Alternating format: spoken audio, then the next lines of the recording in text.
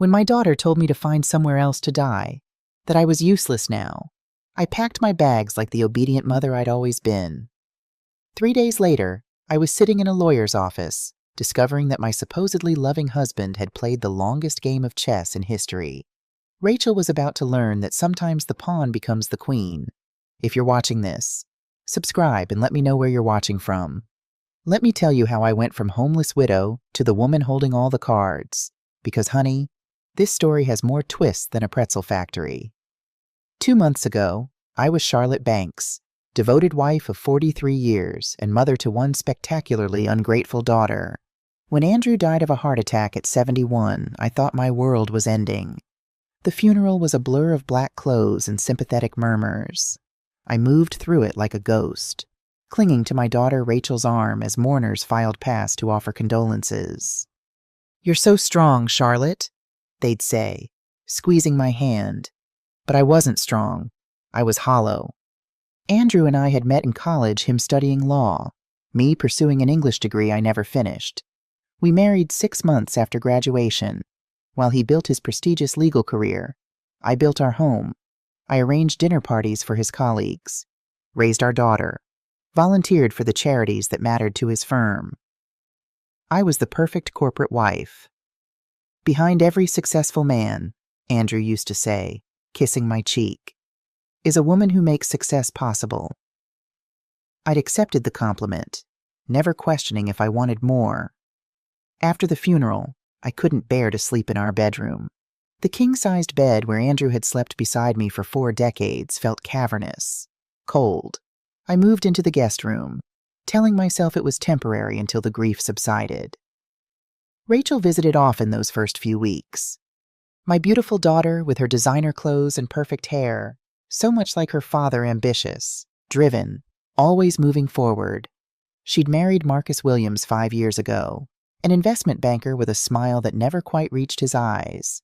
They had given us 2 beautiful grandchildren, Emma and Liam, who rarely visited because Grandma's house isn't childproof. "Mom, you look exhausted," Rachel said one morning, watching me pour coffee with shaking hands. "Have you been sleeping?" "Not much," I admitted. "The house feels so empty."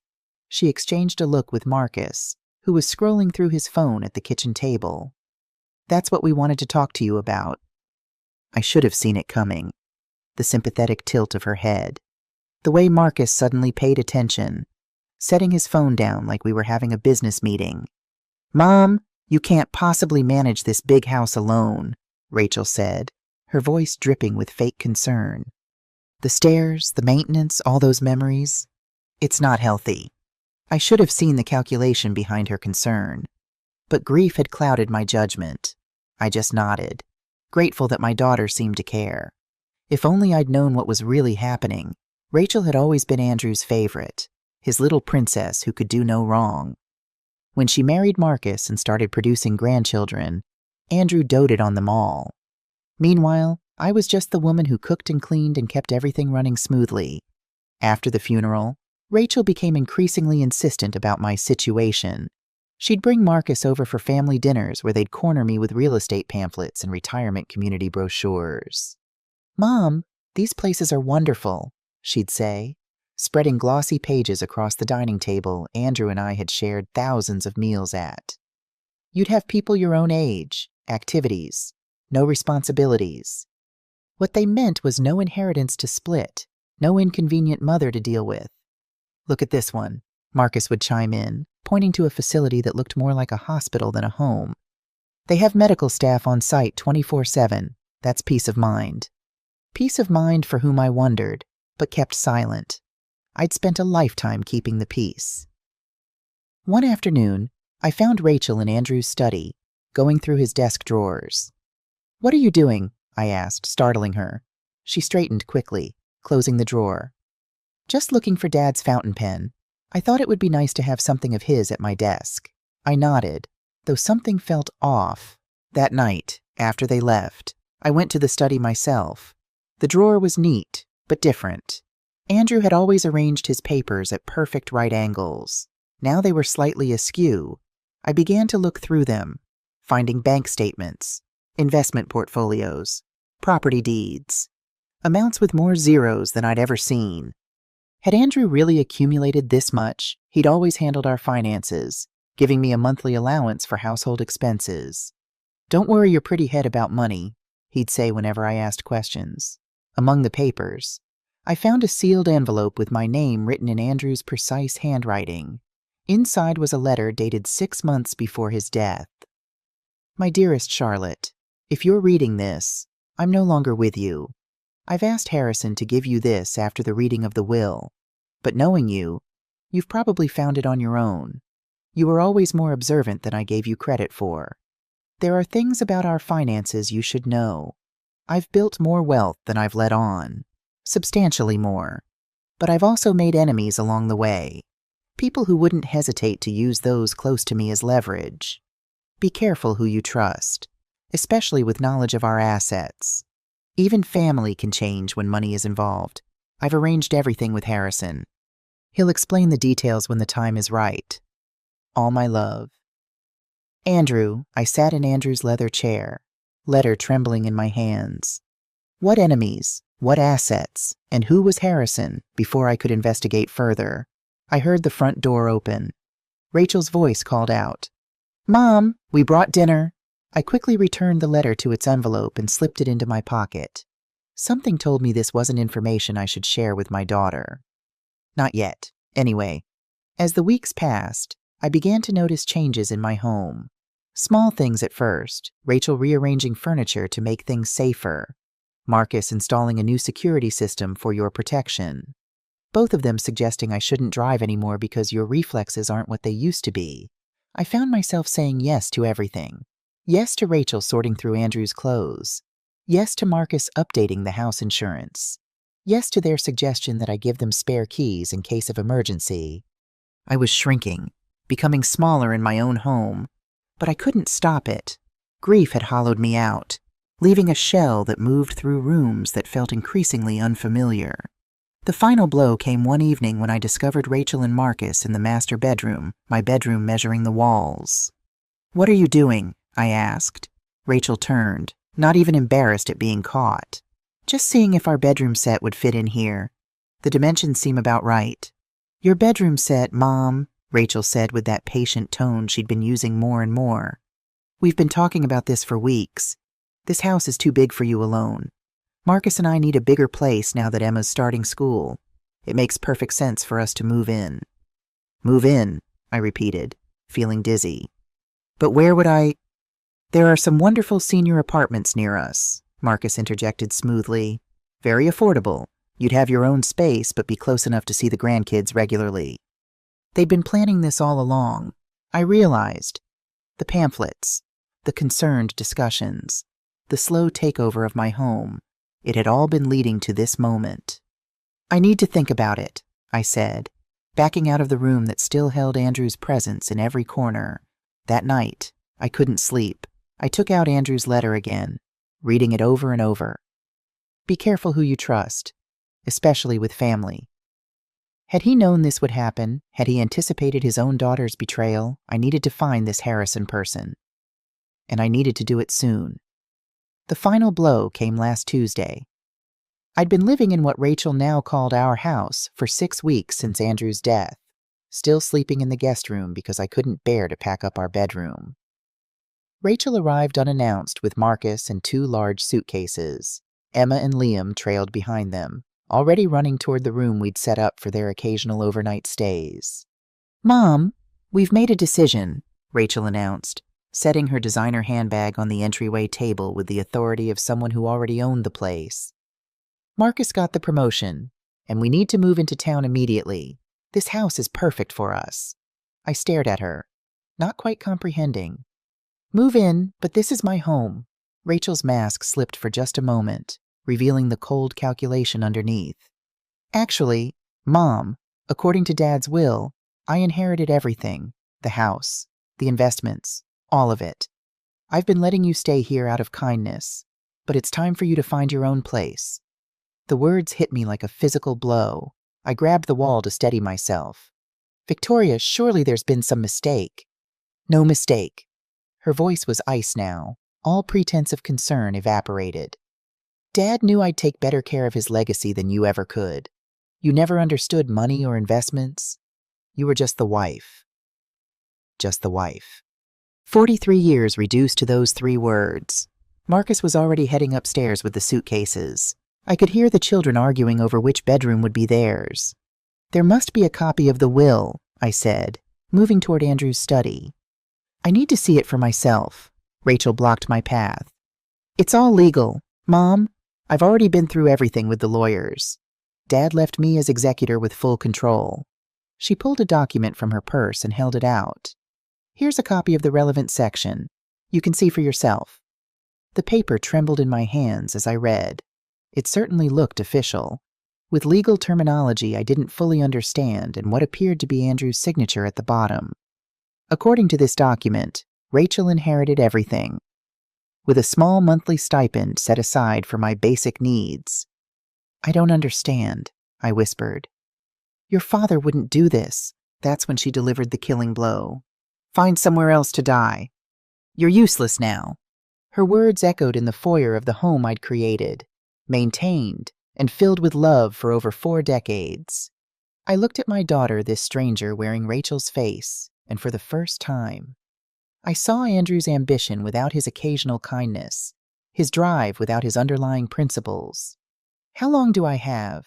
My voice sounded distant, even to myself. We need to get settled before Emma starts her new school next week, Marcus said, coming back downstairs. So ideally, by tomorrow? Tomorrow? I felt the room spin.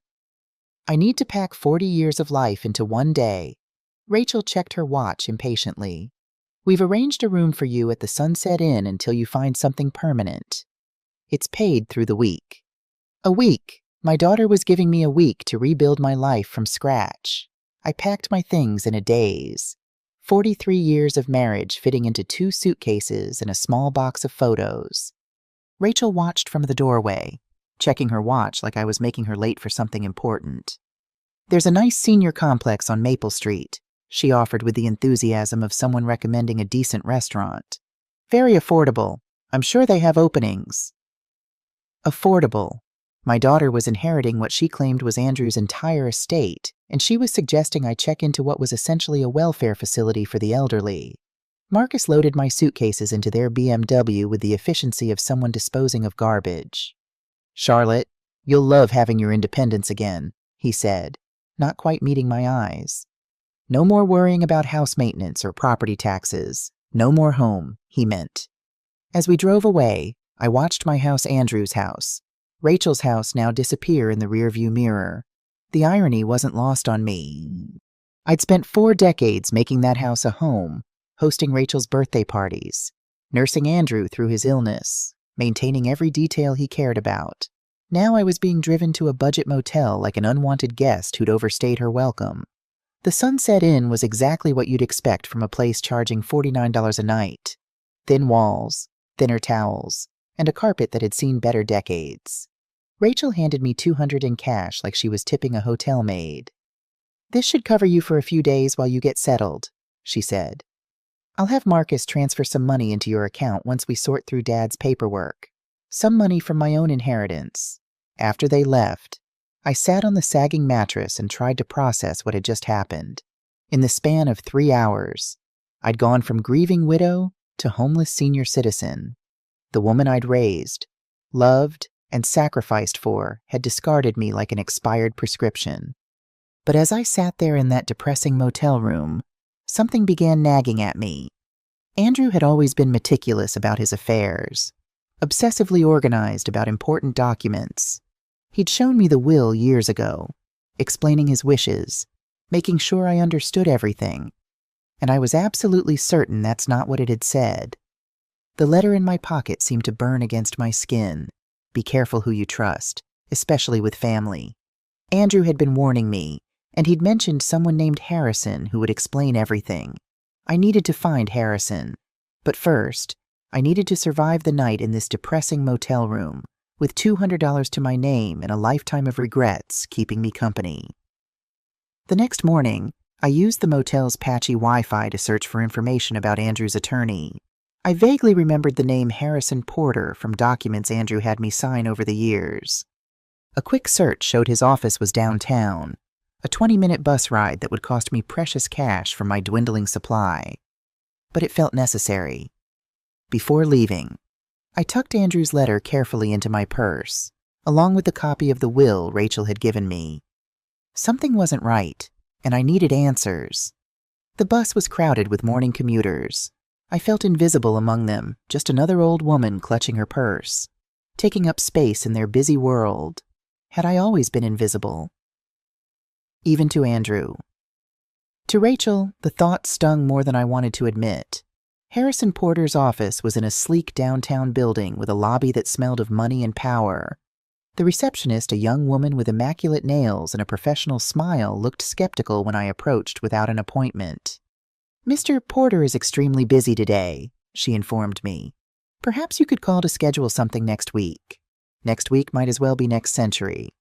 I straightened my shoulders, channeling the confidence I'd seen Andrew use countless times. "Please tell Mr. Porter that Charlotte Banks is here regarding Andrew Banks' estate. I believe he'll want to see me immediately." The mention of Andrew's name worked like magic. Within minutes, I was ushered into a corner office with floor-to-ceiling windows overlooking the city. Harrison Porter was a distinguished man in his 70s, with kind eyes behind wire-rimmed glasses and silver hair that spoke of experience rather than age. When his secretary announced, "Mrs. Banks is here about her husband's estate," he looked genuinely surprised. "Charlotte, my dear." He stood, coming around his massive desk to take my hands. "I was wondering when you'd come in. I tried calling your house several times, but Rachel said you were traveling." Traveling. That's what my daughter had told him. "Mr. Porter, I need to ask you about Andrew's will." He looked puzzled. "Of course. Didn't Rachel provide you with your copy? I gave her the original and several copies after the reading." My stomach dropped. "There was a reading?" Harrison's brow furrowed. "Yes, 2 weeks after the funeral. You were supposed to be there." "I was never told about any reading," I said, my voice barely steady. "Rachel told me she inherited everything." She showed me this. I handed him the document Rachel had given me. Harrison examined it, his expression shifting from confusion to alarm. He reached for a thick file folder on his desk, his movements suddenly urgent. "Charlotte, that's impossible. Your husband's will is very specific about your inheritance." He pulled out a document. I recognized Andrew's neat signature at the bottom, witnessed and notarized. But as Harrison began reading, I realized Rachel had lied about everything. "I, Andrew James Banks, being of sound mind and body, do hereby bequeath to my beloved wife Charlotte Ann Banks the following our primary residence at 847 Oakwood Drive, including all furnishings and personal effects. Additionally, I leave her 70% of all financial assets, investments, and accounts totaling approximately $23 million. My head started spinning. $23 million. The house, 70% of everything. Harrison continued reading, his voice growing more serious. "To my daughter, Rachel Banks Williams, I leave $10 million to be held in trust with distributions beginning on her 45th birthday, contingent upon her treatment of her mother following my death, contingent upon her treatment of me." Andrew had known. Somehow he'd known exactly what Rachel would try to do.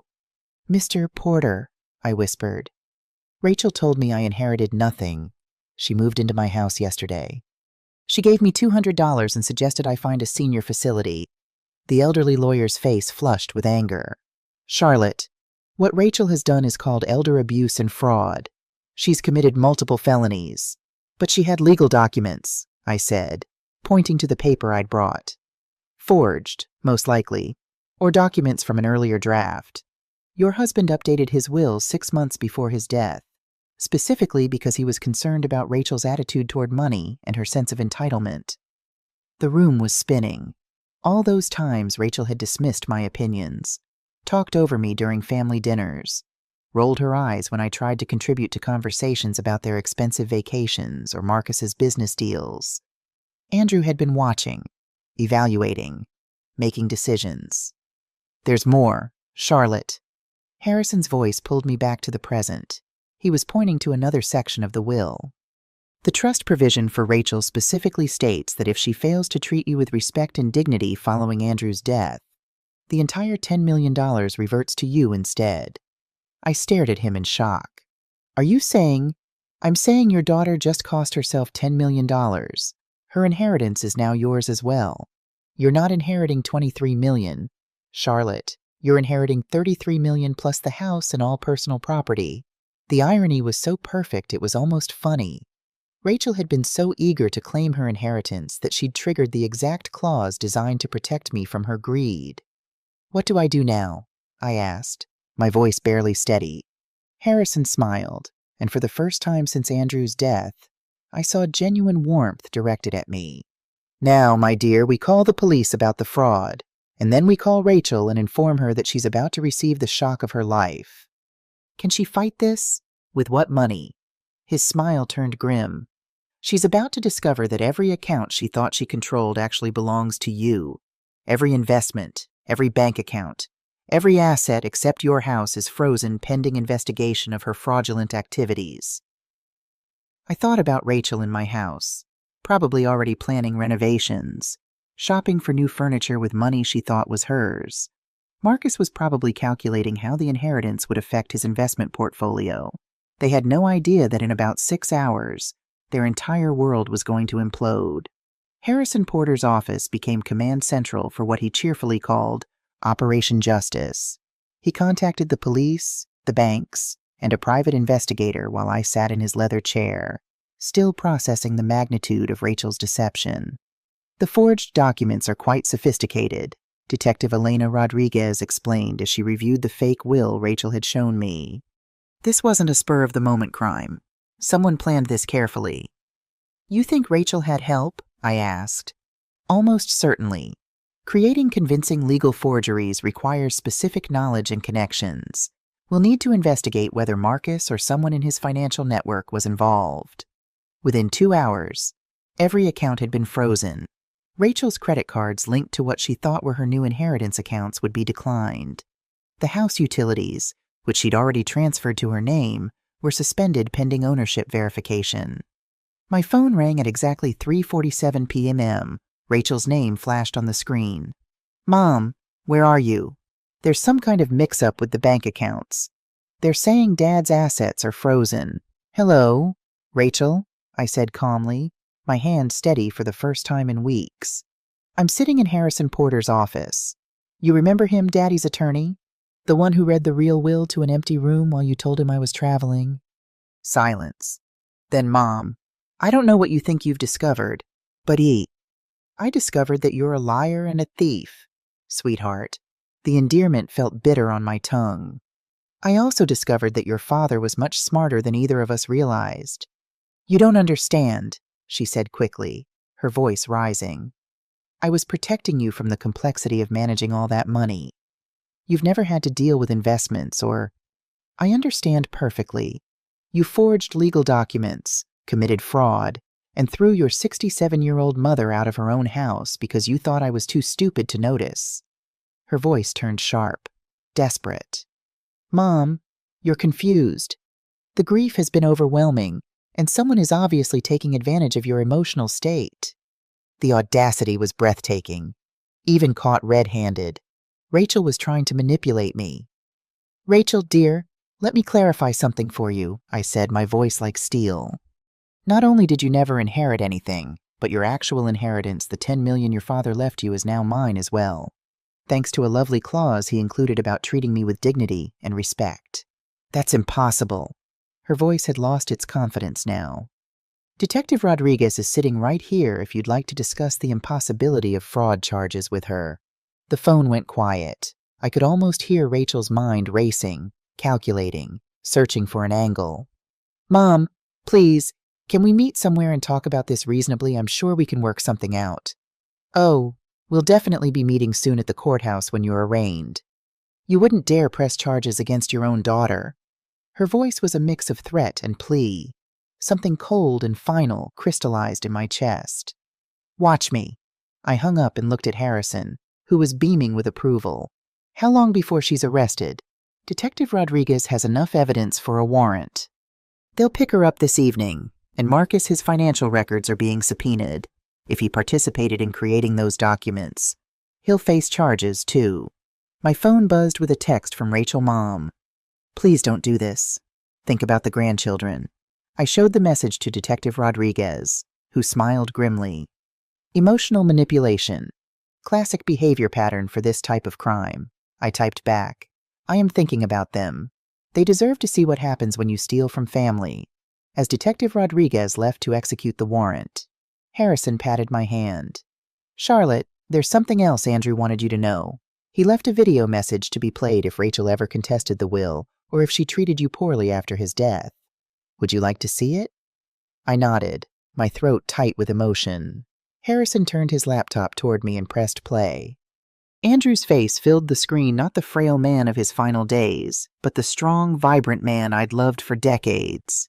His eyes were clear, his voice steady. Charlotte, my love, if you're watching this, then Rachel has done exactly what I feared she might. I've watched her growing sense of entitlement with increasing concern, the way she dismisses your opinions, the way she assumes she knows better than you about everything.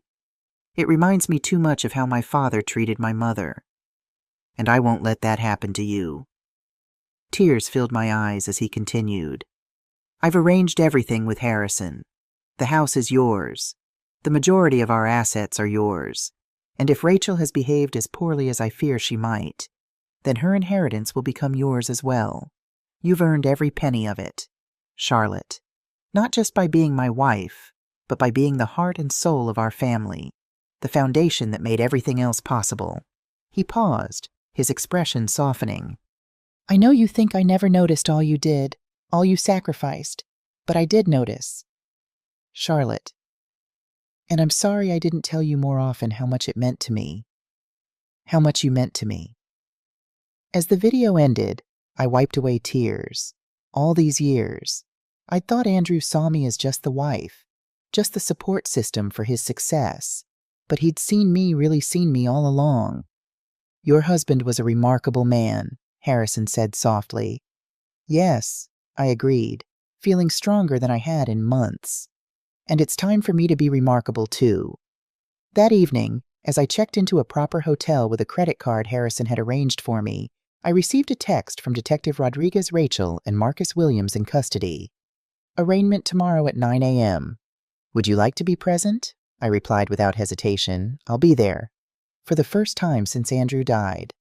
I slept soundly, dreaming not of the past but of the future, a future where I was no longer invisible, no longer just the wife, a future where I held all the cards.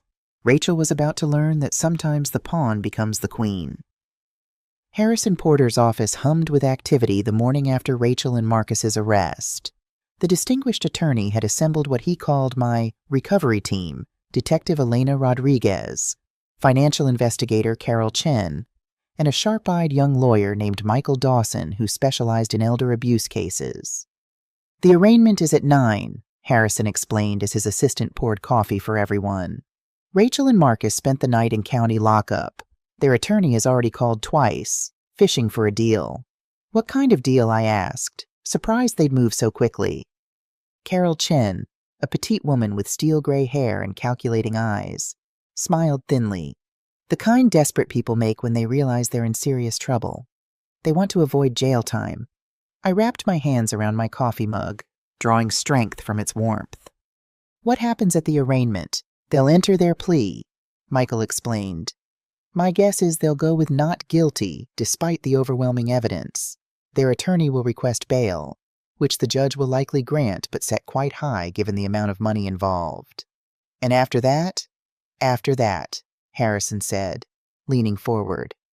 We negotiate from a position of absolute strength. But Charlotte, there's something you need to decide first. I looked at him questioningly. How far do you want to take this? We can push for maximum penalties. They're looking at potential felony charges that carry significant prison time, or we can work toward a settlement that protects your assets but might involve reduced charges. The question caught me off guard. I'd been so focused on exposing Rachel's betrayal that I hadn't thought about what came after. Did I want my only child to go to prison? The grandchildren I loved to be without their mother. But then I remembered Rachel's cold voice, Find somewhere else to die. You're useless now. I want justice, I said finally. But I also want to be strategic. What would Andrew do? Harrison smiled approvingly. Andrew would protect what matters most while ensuring there were consequences for actions. The question is, what matters most to you? Charlotte. I thought about Emma and Liam, innocent in all this. I thought about the family photos still hanging in the house Rachel had tried to steal. I thought about the decades of memories embedded in those walls. I want my home back immediately, I said, my voice growing stronger with each word. I want my financial independence secured.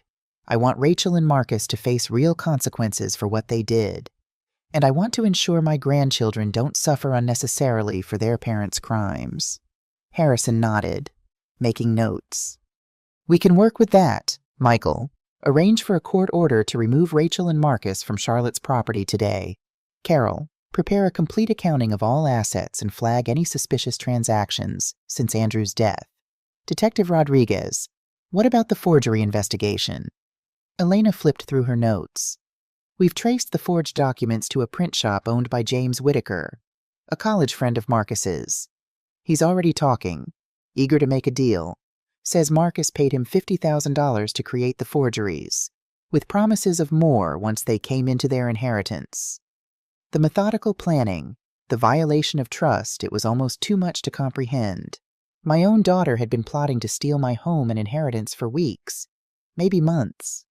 One more thing, Harrison said, checking his watch. The court order will allow you to return home today, Charlotte, but I'd like Detective Rodriguez to accompany you. There's no telling what state Rachel and Marcus left things in, especially once they realized their plan was falling apart. 2 hours later, I stood on the sidewalk outside my home watching as a police officer placed an eviction notice on the front door. Detective Rodriguez stood beside me, a reassuring presence in her crisp suit and sensible shoes. Are you ready for this? She asked gently. Was I ready to reclaim the home that had been stolen from me, to see what Rachel had done to the space Andrew and I had created together? No. But I needed to do it anyway. As ready as I'll ever be, I replied, straightening my shoulders. We approached the door just as it swung open.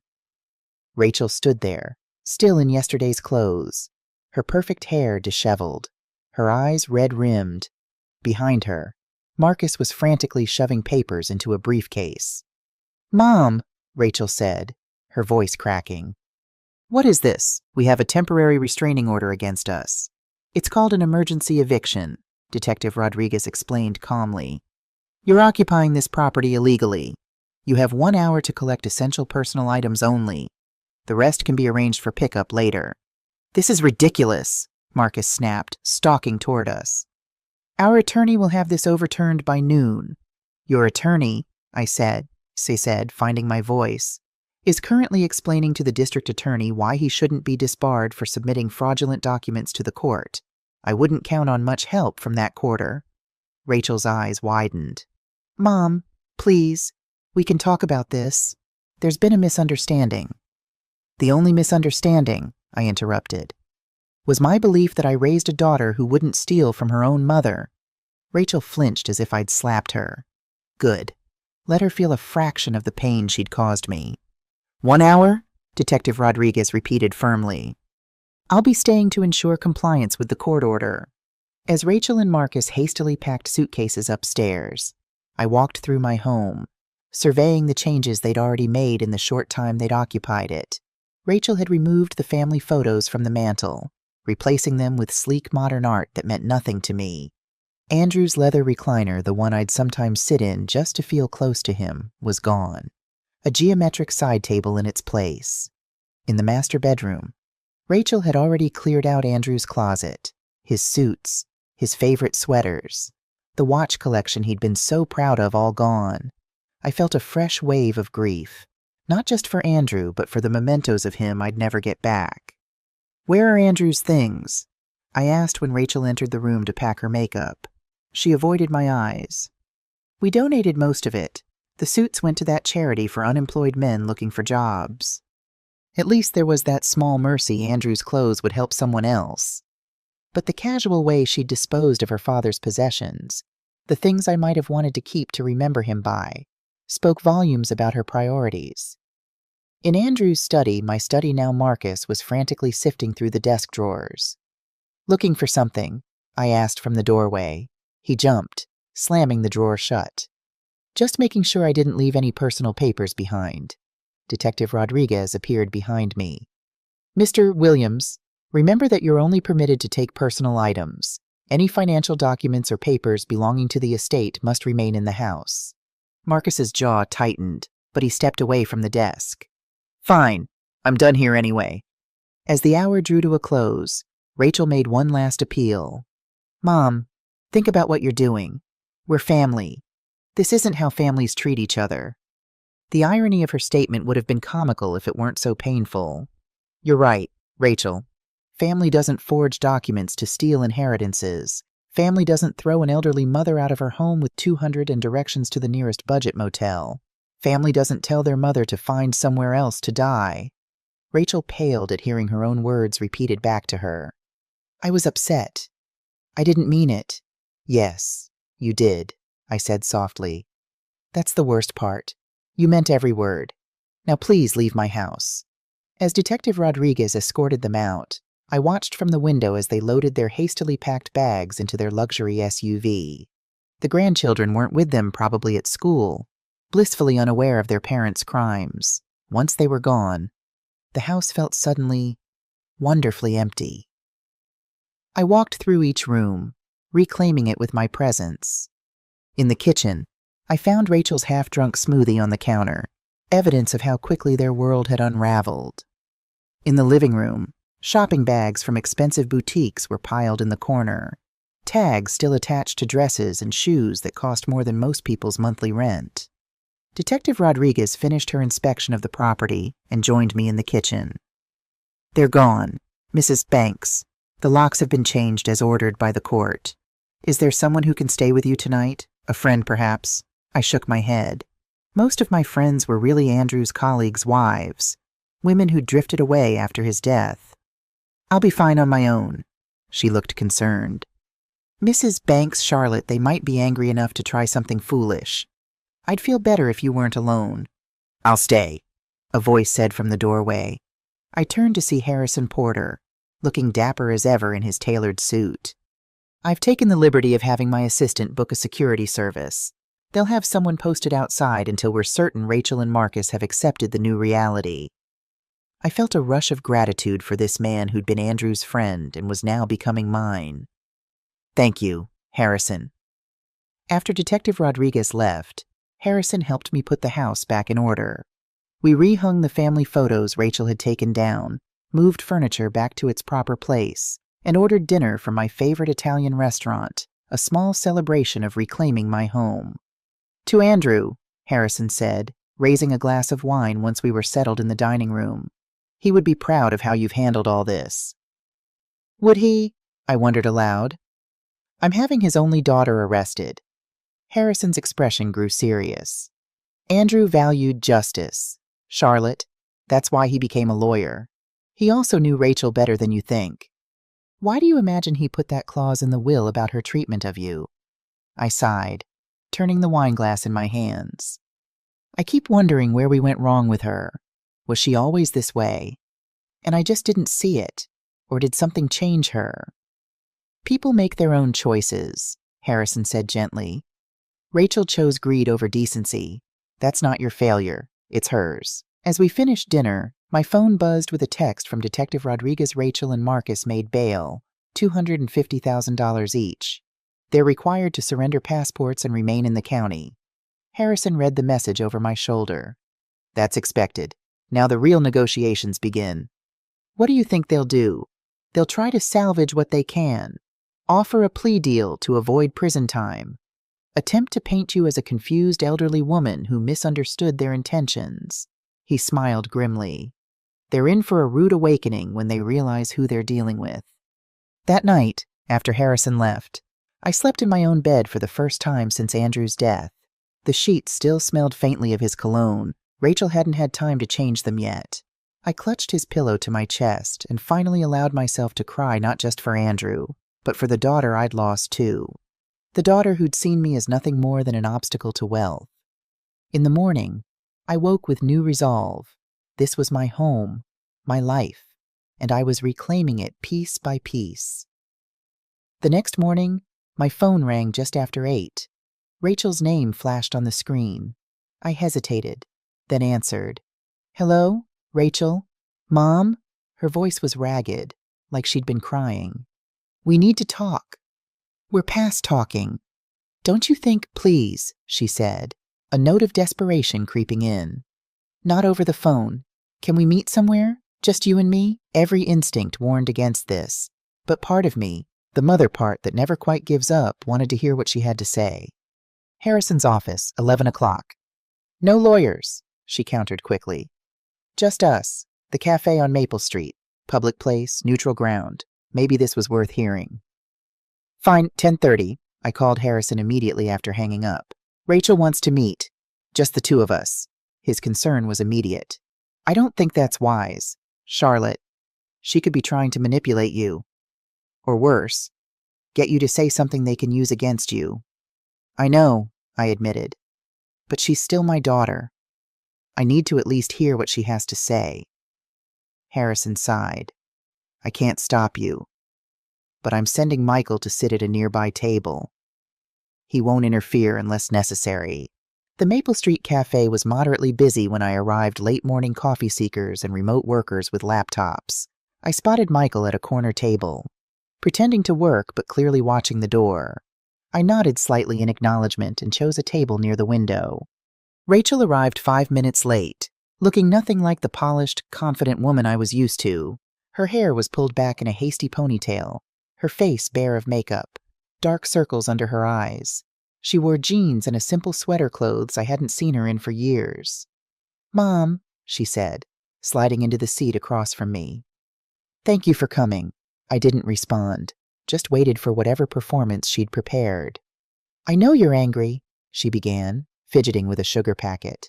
"You have every right to be, but there's more to this situation than you know." "Enlighten me," I said, keeping my voice level. "Dad wasn't who you thought he was." She leaned forward, lowering her voice. "His business dealings weren't always clean. The money he left, a lot of it came from questionable sources." I felt a chill. Was she making this up? Or did she know something I didn't? "What are you talking about?" Rachel glanced around nervously. "Dad worked with some dangerous people. Mom, people who laundered money through his firm. Marcus discovered it when he was helping me sort through Dad's papers after the funeral. We were trying to protect you. By stealing my inheritance and throwing me out of my home, I couldn't keep the skepticism from my voice. By taking control of the money before it could be traced back to its sources," she insisted. "If the authorities start investigating Dad's finances, everything could be seized. We were going to keep you comfortable, take care of you, but keep the money moving so it wouldn't be frozen. It was an elaborate lie, or at least, I thought it was." But something in her eyes made me uneasy. Could Andrew have been involved in something illegal? It seemed impossible, and yet... "Why didn't you just tell me this?" I asked. "Would you have believed me? You always saw Dad as perfect." She had a point there. I had idealized Andrew, especially after his death. "Even if what you're saying is true," I countered, "that doesn't justify fraud. Rachel, you could have come to me, explained your concerns. Instead, you forged documents and treated me like I was nothing. I was trying to protect our family," she insisted, tears welling in her eyes. "Marcus has connections who can hide the money, make it look legitimate. But we needed to act fast. And telling me to find somewhere else to die, was that part of your protection plan?" She flinched. "I was angry. You weren't cooperating, and I said terrible things. I'm sorry. Mom, truly sorry." For a moment, I almost believed her. Almost. "Rachel, if you're so concerned about illegal money, why are you still trying to get your hands on it? Why not report these concerns to the authorities?" She hesitated, and in that hesitation, I saw the truth. whatever Andrew might or might not have been involved in. Rachel's primary concern was the money itself. "It's not that simple," she said finally. "Actually, it is. If you genuinely believed Andrew's money was from illegal sources, you'd have reported it. Instead, you tried to steal it." I stood up, gathering my purse. "This meeting is over." "Mom, wait." Rachel grabbed my arm. "You don't understand what you're dealing with. There are people who will come looking for this money, people Dad owed." "Then I suggest you tell your attorney everything you know," I said, pulling away from her grasp. "Because right now, the only people I'm worried about are you and Marcus." As I walked away, Rachel called after me. "We were trying to help you." "You'll see I'm right." Outside, Michael fell into step beside me. "That seemed intense." "She's claiming Andrew was involved in money laundering or something similar," I said, still shaken by the encounter. "That they were trying to protect the money from being seized." Michael frowned. "It's a creative defense strategy, I'll give them that. Trying to make their theft look altruistic." "Could there be any truth to it?" "We should investigate, just to be sure. But honestly, it sounds like they're getting desperate." He opened the car door for me. "Let's get you back to Harrison's office. He'll want to hear about this." 20 minutes later, I was recounting the conversation to Harrison, who listened with increasing concern.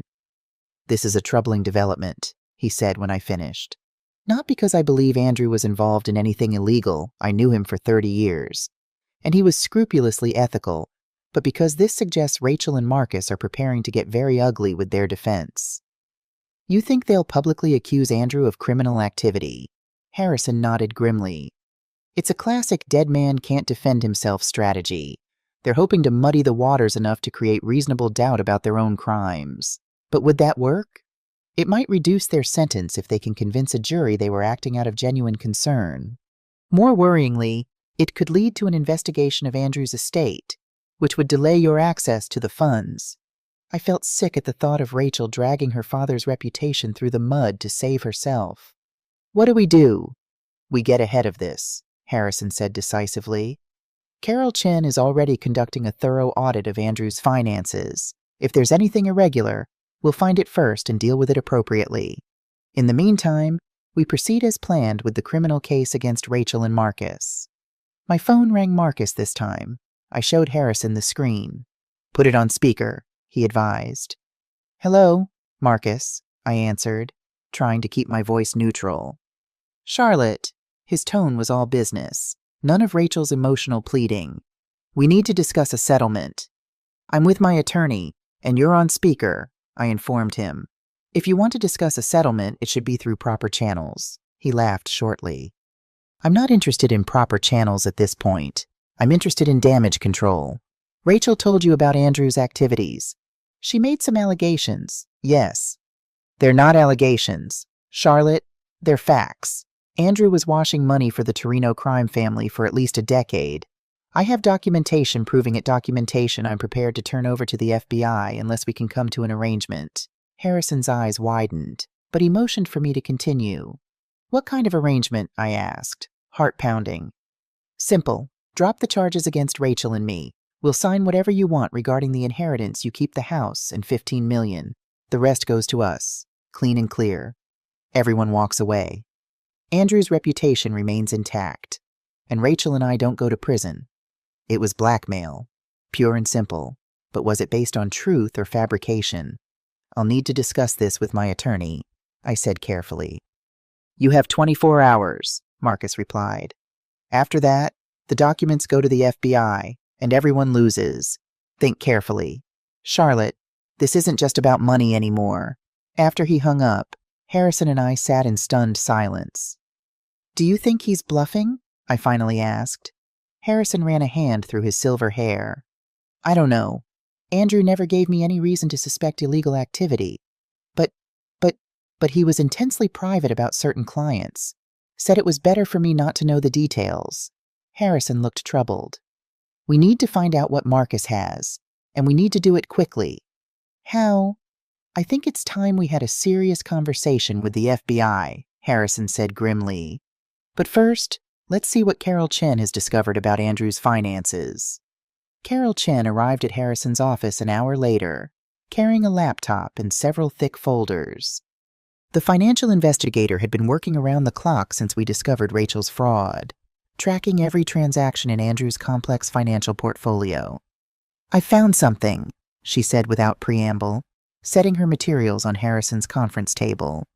"Several somethings, actually, and none of them good." My stomach tightened. "About Andrew's finances." She nodded, her expression grave. "There are definite irregularities in his accounts going back at least 12 years.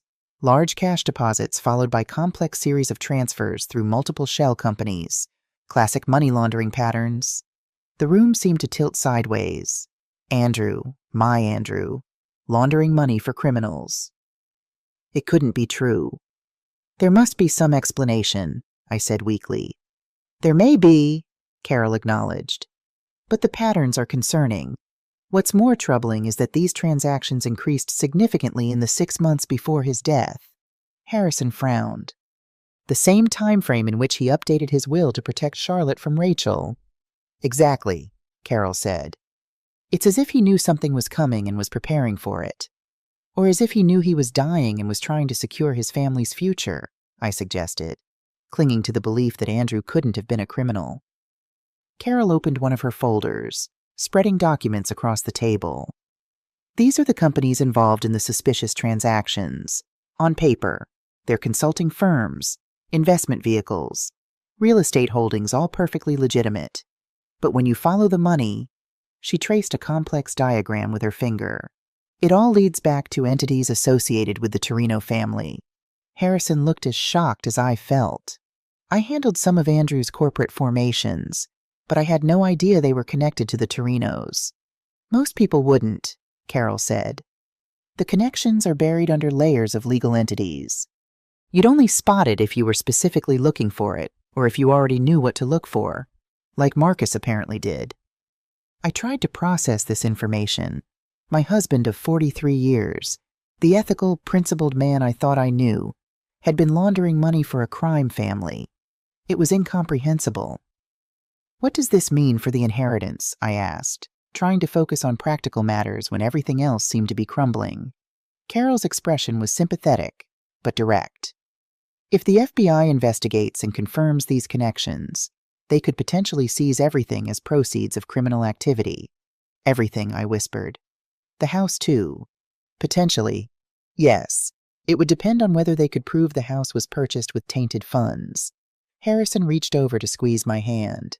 "Charlotte, we need to think carefully about our next steps. If Marcus goes to the FBI with this information, we could lose everything. But if we accept his offer, we become complicit in covering up criminal activity." I finished for him. "And Rachel and Marcus walk away without consequences." "There's another possibility," Carol said, tapping her pen against the table thoughtfully. "We go to the FBI first. Voluntary disclosure often leads to more lenient treatment." "But we'd still lose most of the money," Harrison pointed out. "Maybe, maybe not," Carol replied. "It depends on what Andrew's actual role was, how much he knew, and whether he was already cooperating with authorities in some capacity." The thought hit me like a thunderbolt. "Cooperating with authorities. You mean like an informant?" Carol nodded. "It's not unheard of for lawyers to become informants, especially when they find themselves unwittingly involved with criminal organizations. It would explain the increased activity before his death. He might have been gathering evidence." For the first time since this new revelation, I felt a glimmer of hope. It would make sense Andrew using his position to help bring down criminals rather than simply profiting from them. It aligned with the man I thought I knew. "How do we find out?" I asked. "We talk to the FBI," Harrison said decisively. "Today, before Marcus makes his move." Carol began gathering her materials. "I'll prepare a complete briefing packet for them. Everything I've found, organized clearly." As she worked, my phone buzzed with a text from Rachel. "Have you thought about our offer? Time is running out." I showed it to Harrison, who frowned. "They're getting nervous. That's good, it means they haven't gone to the authorities yet. They're still hoping for a deal. Or it means they've already made their move and are trying to pressure us," I countered. "Either way, We need to act quickly, Harrison said, already dialing a number on his phone. I have a contact at the FBI's white-collar crime division. Let's see if she can meet us today. As Harrison spoke in low tones with his FBI contact, I wandered to the window, looking out at the city skyline. Everything I thought I knew about my life with Andrew was being called into question. Had he been living a double life all these years? Had the money that paid for our comfortable existence, Rachel's expensive education, our vacations and luxuries, had it all been dirty money? And if it was, what did that make me? Charlotte, Harrison called, interrupting my thoughts. Agent Sarah Martinez can see us at 2 o'clock. That gives Carol time to finish her report and us time to prepare. I nodded, taking a deep breath. Then let's be prepared. The FBI field office was an imposing building of glass and steel in the downtown government complex. Harrison, Carol, and I were escorted through security and into a sterile conference room where Agent Sarah Martinez waited.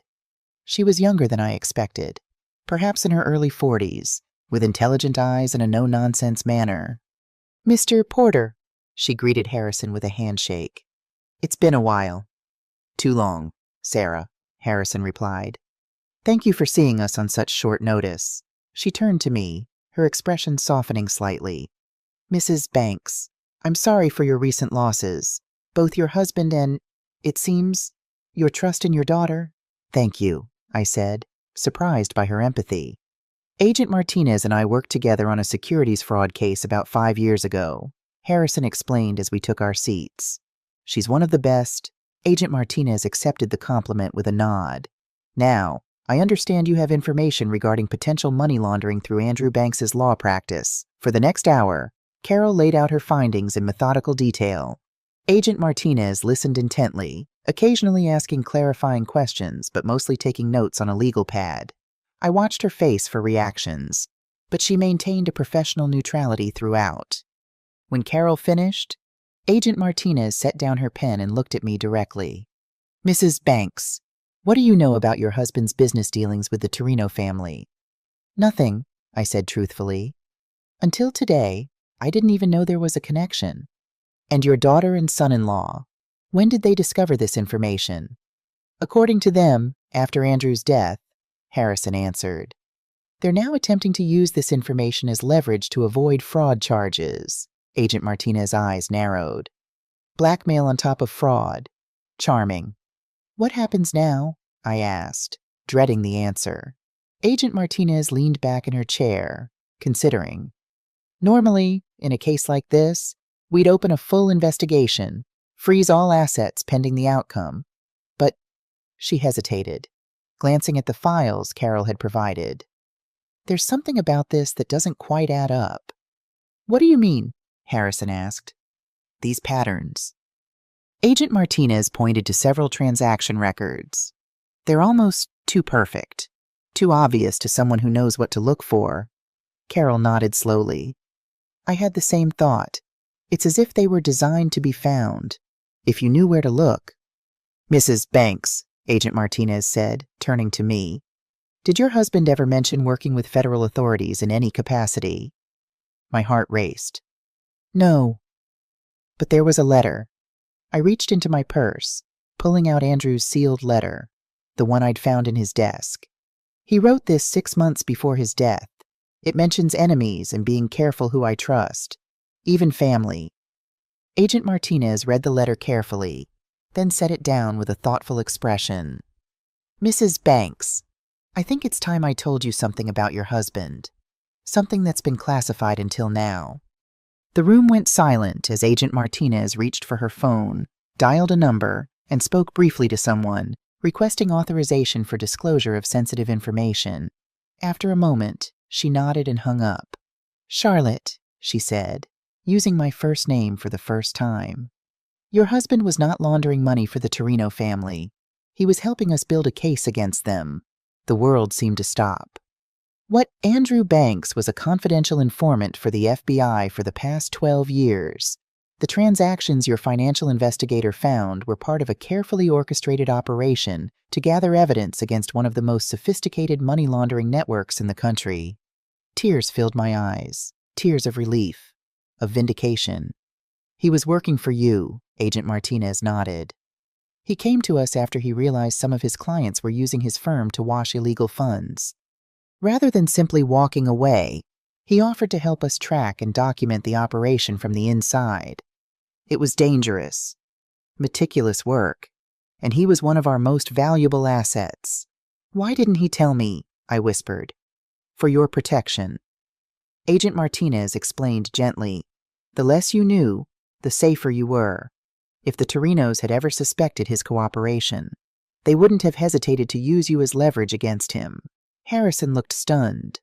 I worked with him for 30 years. I had no idea. That was the point, Agent Martinez said. Andrew compartmentalized his life completely. Only 3 people in our division knew of his involvement, and all communication was handled through secure channels. What about the money? Carol asked. Professional, even in the midst of this revelation. If it was part of a money laundering operation, even one sanctioned by the FBI. The money is clean, Agent Martinez assured us. Andrew was authorized to maintain his normal fee structure to avoid suspicion. Additionally, he received compensation for his cooperation and the considerable risks he took. Every dollar in his estate has been vetted and cleared by our financial crimes unit. I felt lightheaded with relief. Not only was Andrew not a criminal, he was a hero, a man who had risked everything to do the right thing. Does this mean my inheritance is safe? I asked. Completely. Agent Martinez confirmed. In fact, the FBI considers Andrew Banks a hero. His work led to dozens of arrests and the seizure of over $200 million in criminal assets. I thought of Rachel and Marcus, so confident in their leverage, unaware that they were threatening to expose something that would only enhance Andrew's legacy rather than destroy it. What about my daughter? I asked. She and her husband are threatening to go to the FBI with evidence of Andrew's criminal activities. Agent Martinez smiled for the first time, a predatory grin that held no warmth. I think it's time we had a conversation with Rachel and Marcus Williams. Don't you? Let's see how they react when they learn their blackmail attempt is about to backfire spectacularly. As we left the FBI office, I felt a strange mix of emotions, grief for the secrets Andrew had kept, pride in the man he truly was, and a grim satisfaction knowing that Rachel and Marcus's final play was about to collapse. I never knew, I said softly to Harrison as we walked to the car. All those years, he was risking his life, and I never knew. Harrison squeezed my shoulder gently. He was protecting you, Charlotte. That's what love looks like sometimes, not grand gestures, but quiet sacrifice. My phone buzzed with another text from Rachel. Final offer. Meeting tomorrow. 10 a.m. Your house. Yes or no, I showed it to Harrison, who exchanged a look with Agent Martinez. Tell her yes, Agent Martinez said, a glint of anticipation in her eyes. We'll be ready for them.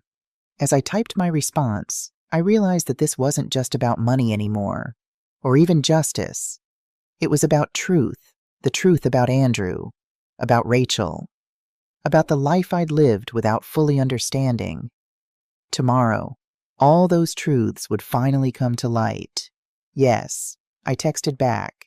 10 a.m., we have much to discuss.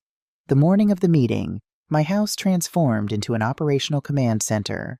Agent Sarah Martinez arrived with 2 additional FBI agents, who discreetly set up recording equipment in the living room. Harrison Porter reviewed our strategy one last time while Michael Dawson prepared the legal documents. We hoped Rachel and Marcus would sign full confessions in exchange for reduced charges. Remember, Agent Martinez instructed as she adjusted a small microphone under my sweater. We need them to explicitly admit to the forgery and fraud. Get them to confirm they knew the documents were fake and that they deliberately misrepresented your husband's will. I nodded, my mouth dry with anticipation. What if they don't admit it? They will, Harrison said confidently. They think they're coming here to blackmail you. People reveal a lot when they believe they have the upper hand. At precisely 10 a.m., the doorbell rang. I took a deep breath, squared my shoulders, and opened the door to find Rachel and Marcus standing on the porch. Rachel looked nervous, fidgeting with the strap of her designer purse. Marcus, by contrast, appeared smugly confident, briefcase in hand. Mom, Rachel greeted me with a stiff nod. Thank you for agreeing to meet. Come in, I said, stepping aside. Let's get this over with. They followed me to the living room, where Harrison waited by the fireplace. Rachel faltered slightly at the sight of him. I thought we agreed no lawyers, she said accusingly. I never agreed to that, I replied calmly. Harrison stays. Marcus shrugged. It doesn't matter. Our offer stands regardless of who's in the room. They settled on the sofa while I took Andrew's favorite armchair, a deliberate choice that wasn't lost on Rachel, whose eyes flickered with irritation. So, I began, you claim to have evidence that Andrew was laundering money for criminals, and you want me to drop the charges against you in exchange for your silence. Marcus opened his briefcase, removing a folder of documents. Not just claims, Charlotte, proof. Your husband was neck-deep in the Torino family's financial operations for over a decade. He spread several papers on the coffee table. Bank statements, transfer records, correspondence all connecting Andrew Banks to one of the most notorious crime families in the country. I examined the documents, recognizing some of the transaction records Carol Chen had identified. They certainly looked damning to the untrained eye. And what exactly do you want in exchange for not taking these to the FBI? Harrison asked, playing his part perfectly. Simple, Marcus replied. Charlotte drops all charges against us. We split the inheritance 50-50, 15 million each, plus Rachel gets her original 10 million trust restored. Charlotte keeps the house. And if I refuse, I asked. Rachel leaned forward. Mom, please understand we're trying to protect you. If the FBI investigates Dad's finances, they'll freeze everything. You could lose the house, all the money. You could even face charges yourself as an accessory. Accessory, I repeated incredulously. I knew nothing about any of this. Ignorance isn't a defense, Marcus said with a dismissive wave. You benefited from the proceeds of criminal activity for years. The cars, the vacations, this house all paid for with dirty money. I let his words hang in the air for a moment, watching Rachel's face. She was struggling to maintain her composure, clearly uncomfortable with the direct accusation. When did you discover this alleged criminal activity? I asked. Right after the funeral, Rachel said quickly. Marcus was helping me organize Dad's papers, and he noticed some inconsistencies in the accounts. And instead of reporting these inconsistencies to the authorities, you decided to forge documents and steal my inheritance. I kept my voice calm, inviting confession. Marcus shifted slightly. We needed to move quickly, before anyone else noticed. The plan was to transfer the assets to offshore accounts, then redistribute them through legitimate investments. Clean the money, essentially. So you admit the documents you showed me were forged, I pressed. Obviously. Marcus scoffed. We needed control of the assets immediately. There wasn't time for legal niceties. Harrison caught my eye. We had the admission we needed. Now to push for more. And throwing me out of my home with 200 to my name, was that also part of your protection plan? I asked Rachel directly. She had the grace to look ashamed. That was a mistake. We panicked. Things got out of hand. Out of hand, I repeated. You told me to find somewhere else to die, that I was useless now. Those were your exact words. Rachel, her eyes filled with tears. I'm sorry, Mom. I was stressed and scared. Marcus said we needed to act decisively. Don't put this on me, Marcus snapped. You were fully on board with the plan. I never wanted to hurt Mom, Rachel protested. I just wanted to protect our family's money. Your family's money, Marcus corrected sharply. Your inheritance. I watched their unity crumbling in real time. This was what Agent Martinez had predicted under pressure. They'd turn on each other. So let me summarize, Harrison interjected smoothly. You discovered what you believed was evidence of money laundering. Instead of reporting it, you forged legal documents to gain control of the assets. You evicted Charlotte from her home with minimal resources, and now you're attempting to blackmail her to avoid the consequences of your actions. It sounds bad when you put it like that, Marcus admitted. But we had good intentions. Good intentions. I couldn't contain my disbelief. You were willing to destroy your father's reputation to save yourselves. How is that good intentions? Andrew's reputation is already destroyed in the files I have, Marcus retorted, tapping the documents on the table. At least this way, the family keeps the money. Rachel suddenly seemed to notice something off about the conversation. Why are you so calm? Mom, aren't you worried about what happens if these documents go public? Before I could answer, the door to the study opened, and Agent Martinez walked in, badge in hand. The two other FBI agents emerged from the kitchen. Rachel and Marcus Williams, Agent Martinez announced formally. I'm Special Agent Sarah Martinez with the FBI's White Collar Crime Division. I've been listening to your conversation, and I have some news that might interest you. The color drained from Marcus's face. Rachel gasped, her hand flying to her mouth. First, Agent Martinez continued, you should know that everything you've said has been recorded and will be used as evidence in your fraud and blackmail case. She picked up the documents Marcus had brought. Second, the FBI is already intimately familiar with these transactions. You've been investigating Andrew Banks, Marcus stuttered, looking frantically between the agents. Agent Martinez smiled coldly. No, Mr. Williams, Andrew Banks was investigating for us. He was a confidential informant for the FBI for 12 years, helping us build cases against the Torino crime family. Every transaction in these documents was sanctioned and monitored by federal authorities. The silence that followed was absolute. Rachel stared at Agent Martinez in shock, while Marcus seemed to physically deflate, sinking back into the sofa as the implications hit him. That's impossible, he finally managed. Andrew was working for them. I saw the payments, the correspondence. What you saw was a carefully constructed cover, Agent Martinez explained. Your father-in-law was one of our most valuable assets in bringing down a major money laundering operation. The money in his estate was his compensation for years of dangerous undercover work, all of it completely legal and clean. Rachel turned to me, her expression a mix of disbelief and dawning horror. Dad was a hero. Yes, I said simply. While you were planning to destroy his legacy to save yourselves, you had no idea who he really was. Marcus made a sudden move toward his briefcase, but one of the FBI agents stepped forward, blocking his path.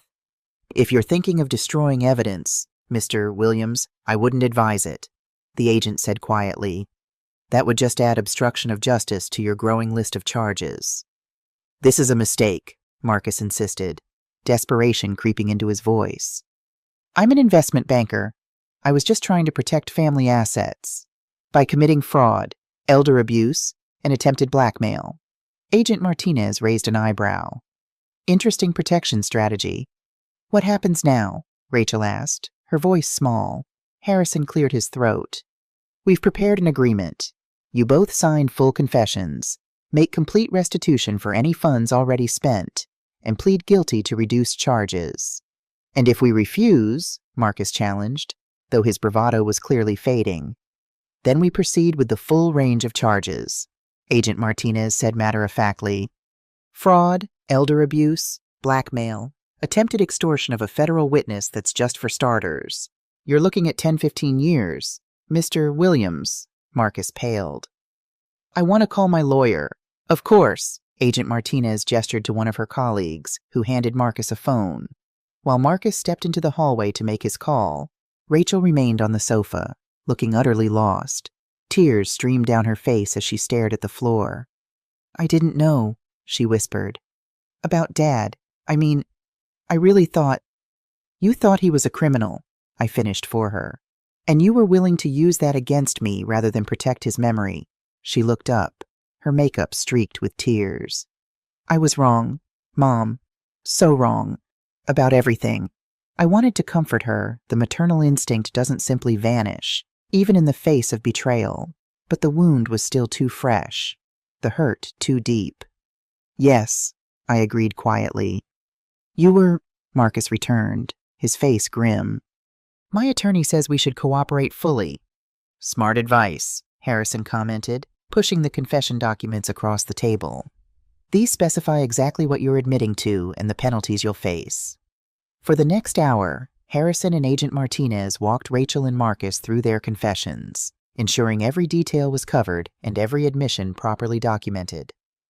I watched silently, feeling strangely detached from the proceedings. This wasn't a victory, not really.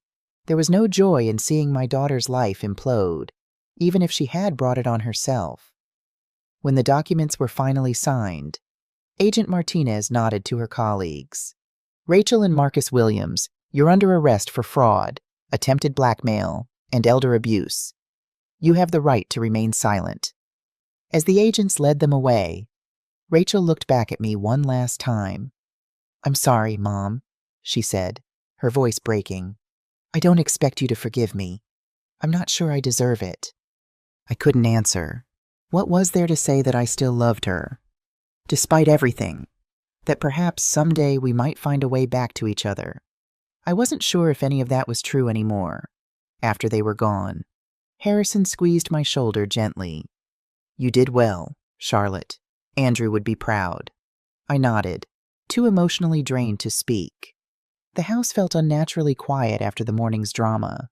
Empty, like my heart. "What happens now?" I asked finally. "Now," Harrison said, "you rebuild, one day at a time." The following week, I found myself back at the FBI field office, this time for a different purpose. Agent Martinez had requested a formal meeting to discuss Andrew's work and to return some of his personal effects that had been held as evidence. The conference room was the same, but the atmosphere was entirely different. Instead of tension and uncertainty, there was a sense of closure, of secrets finally coming to light. "Mrs. Banks," Agent Martinez greeted me warmly. "Thank you for coming. I thought you might appreciate learning more about your husband's contributions now that the case is no longer classified." She placed a box on the table between us. "These are some of Andrew's personal items that were kept in our secure evidence facility. Notes, recordings, some photographs, all part of his work with us." I opened the box with trembling hands, finding a small leather journal with Andrew's familiar handwriting.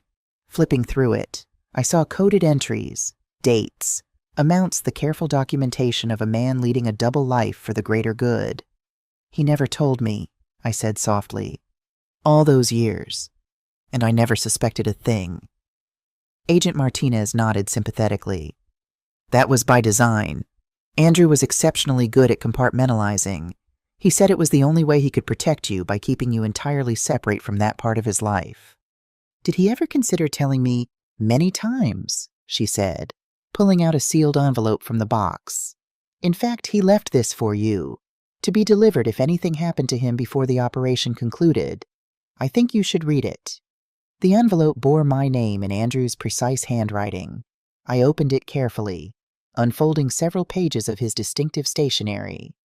"My dearest Charlotte, if you're reading this, then I'm gone, and Agent Martinez has deemed it safe to finally tell you the truth. I've rehearsed this letter in my mind 1,000 times, trying to find the right words to explain the double life I've been leading. 12 years ago, I discovered that some of my most lucrative clients were using my firm to launder money for the Torino crime family. I could have simply withdrawn from representing them, reported what I knew, and walked away. Many would say that was my ethical obligation as an attorney. But I saw an opportunity to do more to help bring down an organization that had destroyed countless lives through their criminal enterprises. When the FBI approached me, I agreed to continue representing these clients while secretly gathering evidence against them. It was dangerous work. Charlotte, these people wouldn't have hesitated to hurt you to get to me if they'd discovered my cooperation. That's why I never told you. Every time I considered bringing you into my confidence, I imagined you in danger, and I couldn't bear it. So I created a wall between my two lives. The man you knew, the husband, the father, the corporate attorney that was the real me. The other part, the informant, was a role I played, a necessary deception for a greater purpose. I know you must feel betrayed finding this out after I'm gone.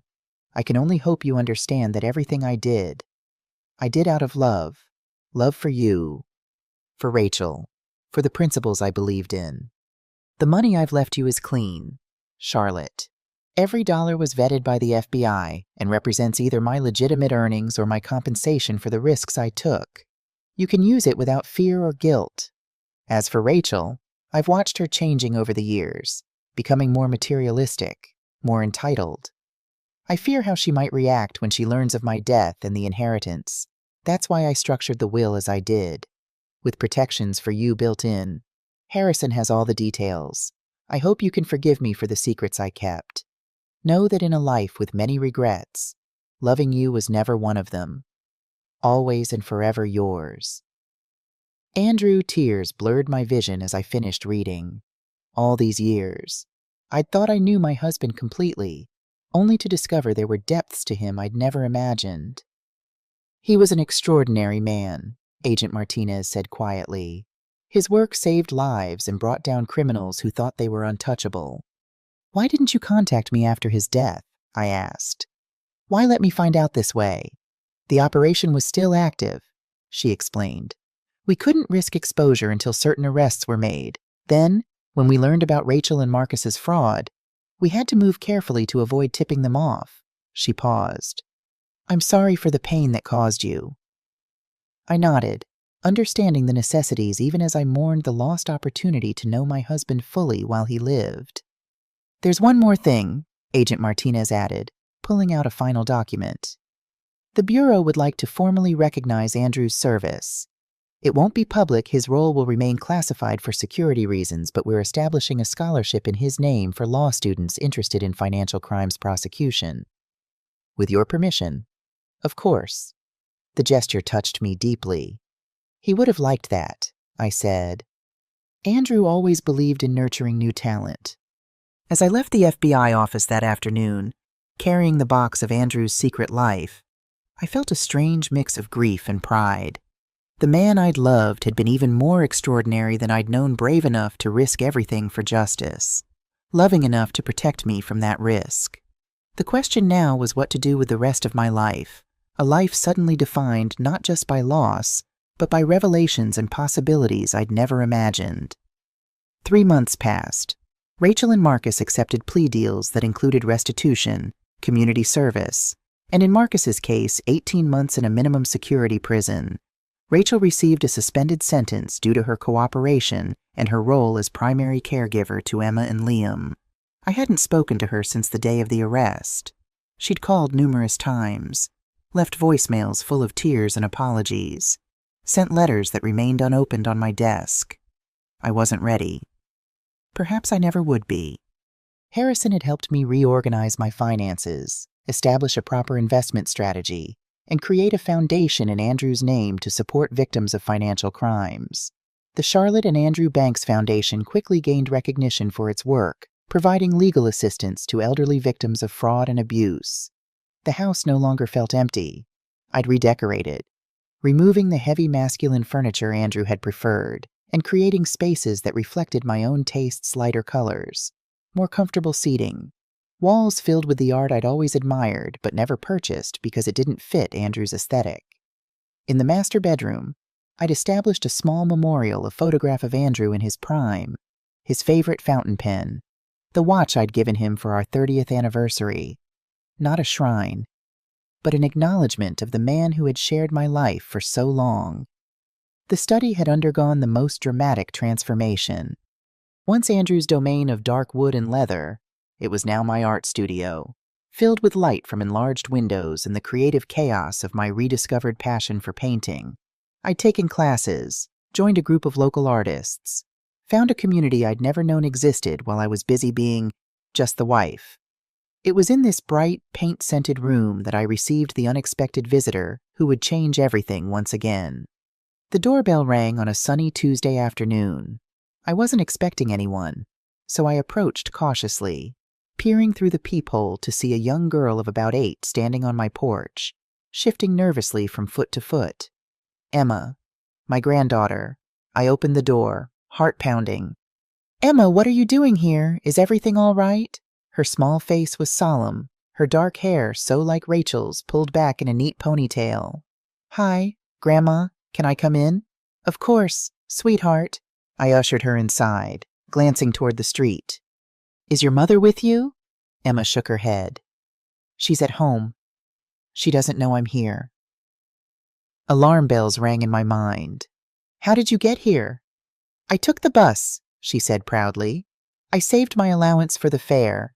"Emma, that's dangerous. Your mother must be worried sick. She shrugged with the magnificent indifference of childhood. She thinks I'm at Sophie's house. I'll go there after. I led her to the kitchen, trying to decide whether to call Rachel immediately or hear what Emma had to say first. Curiosity won out. Would you like some juice? I offered, buying time to collect my thoughts. Yes, please. She climbed onto a stool at the counter, looking around with interest. You changed things. It looks nice. Thank you. I poured apple juice into a glass and placed it before her. Now, why don't you tell me why you're here? Emma took a small sip, then set the glass down carefully. Mom cries a lot, she said simply. At night, when she thinks we're asleep, she looks at old pictures and cries. My heart clenched. I'm sorry to hear that. She misses you, Emma continued. She talks to your picture sometimes, says she's sorry. I hadn't expected this, a child's unvarnished reporting of Rachel's private grief. Mom told us she did something really bad, and that's why she can't see you anymore, Emma said, her large eyes serious. She said she was greedy and selfish and hurt you, and now she has to live with the consequences, I supplied softly. Yeah, those, Emma nodded. She said Grandpa was a hero, and she tried to make him look bad, and that was the worst part. I sat beside her, unsure what to say. Emma solved the problem by continuing in her matter-of-fact way. Dad's in jail because he did bad things with money. Mom says he wanted more and never had enough, and he made her want that too. She looked at me directly. But she's different now. She got a job at the library. We don't have the big house anymore. We live in an apartment. Each revelation hit me like a small stone. Rachel working at a library, living in an apartment. It was difficult to imagine my status-conscious daughter embracing such a modest lifestyle. Mom's teaching me and Liam about money now, Emma continued. About how it's just a tool, not the most important thing. She says Grandpa knew that, and you know that. But she forgot it for a while. That sounds like a good lesson, I managed. Emma reached into her pocket and pulled out a folded piece of paper. I drew this for you, she said, pushing it across the counter. Mom doesn't know I made it. I unfolded the paper to find a childish drawing of 4 figures holding hands, a tall woman with gray hair, a woman with dark hair, and 2 smaller figures. Above them, floating in a cloud, was a man with a smile. Our family was written across the top in careful block letters. That's you, Emma pointed to the gray-haired figure. And Mom, and me and Liam, and that's Grandpa in heaven, watching over us. Tears welled in my eyes. It's beautiful, Emma. Thank you. Mom says we have to respect your decision if you don't want to see us again, she said earnestly. But I thought maybe you didn't know that she's really sorry. Like, for real sorry, not just saying sorry. Out of the mouths of babes, Emma had accomplished in 10 minutes what all of Rachel's calls and letters had failed to do. She'd reached past my anger to touch my heart.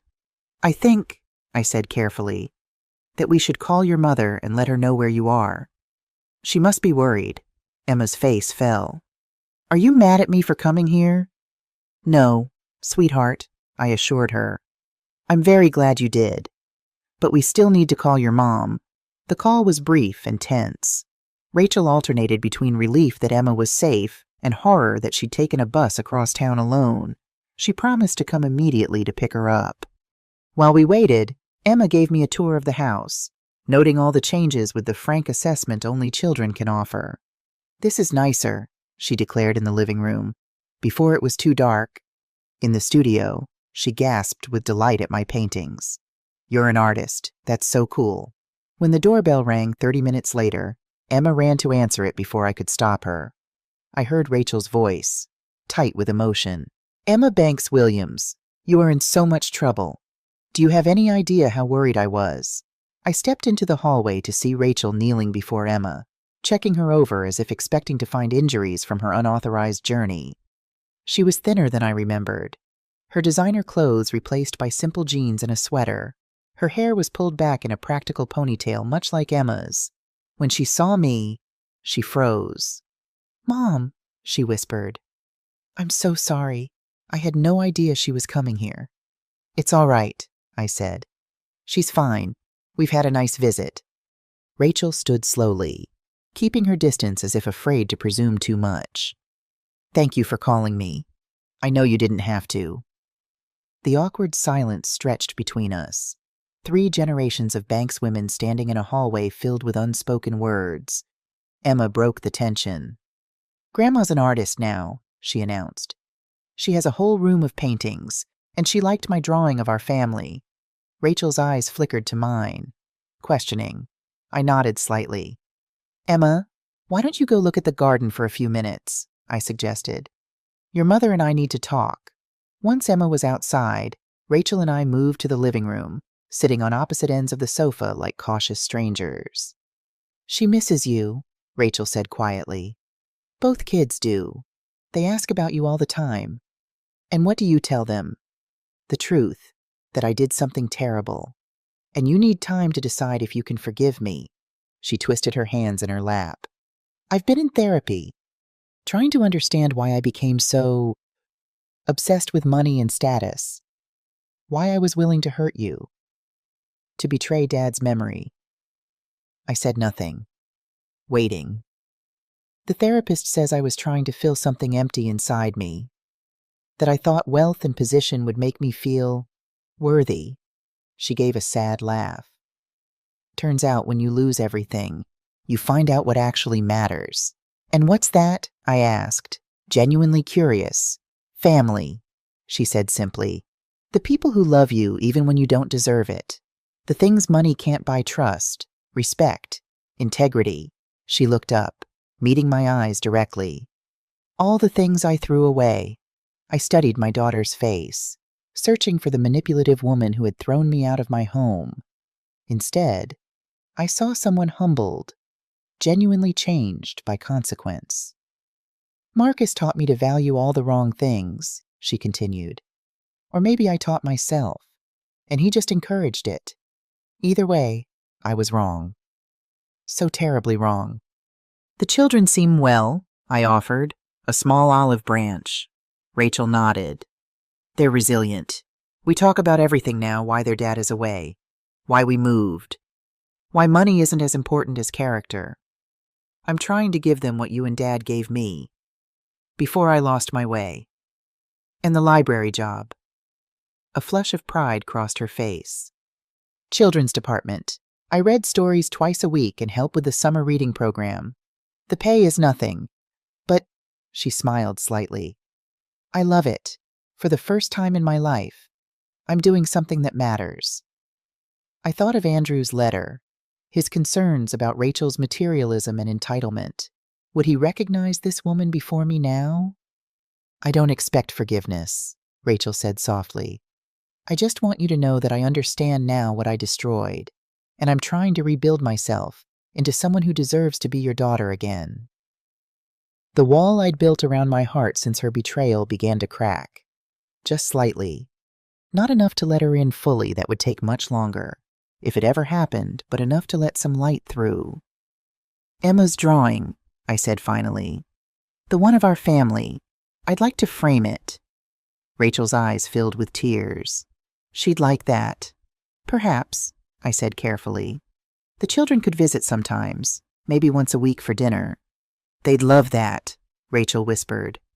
And so would I, if I'm included in the invitation. Was I ready for that? To sit across the table from the daughter who had wounded me so deeply I thought of Andrew, of the forgiveness I wished I could offer him for his necessary deceptions, of Emma's innocent drawing of a family still connected despite everything. We'll start with dinner, I said. Once a week. We'll see where it goes from there. Rachel nodded, wiping away tears. That's more than I deserve. Thank you. As she called Emma in from the garden, I realized something important. Forgiveness wasn't a single act, but a process. A path we walk one step at a time.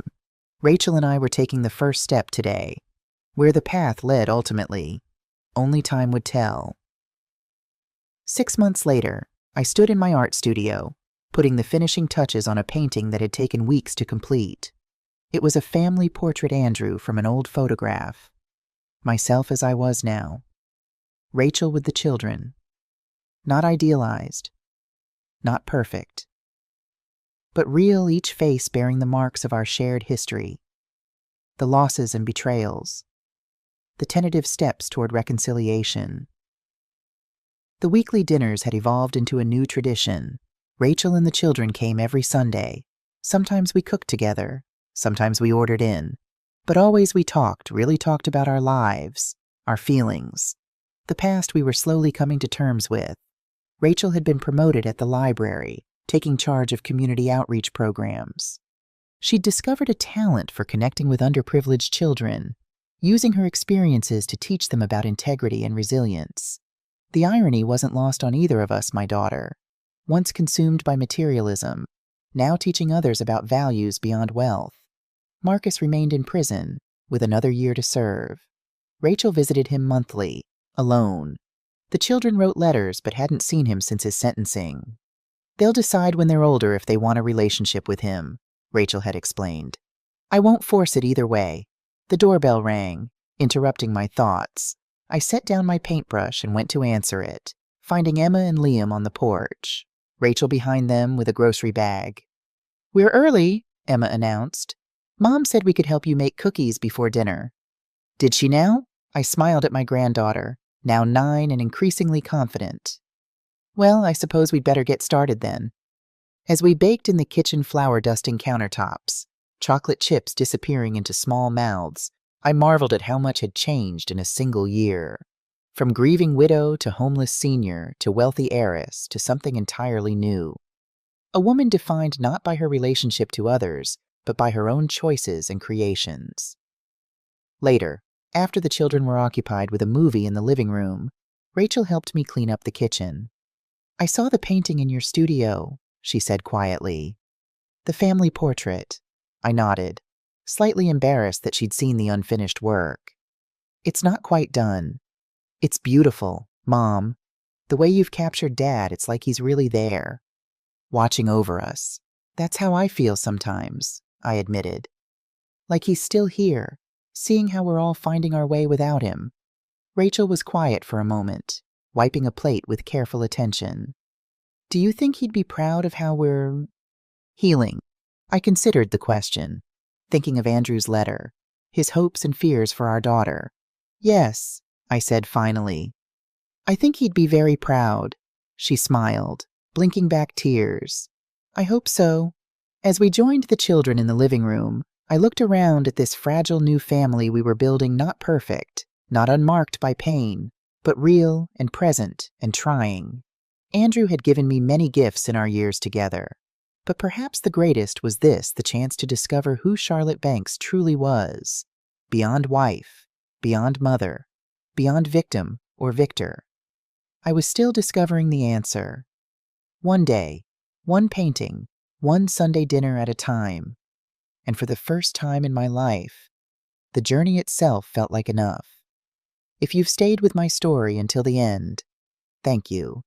I hope it's shown you that it's never too late to reinvent yourself, to find strength you didn't know you had, to rebuild what was broken.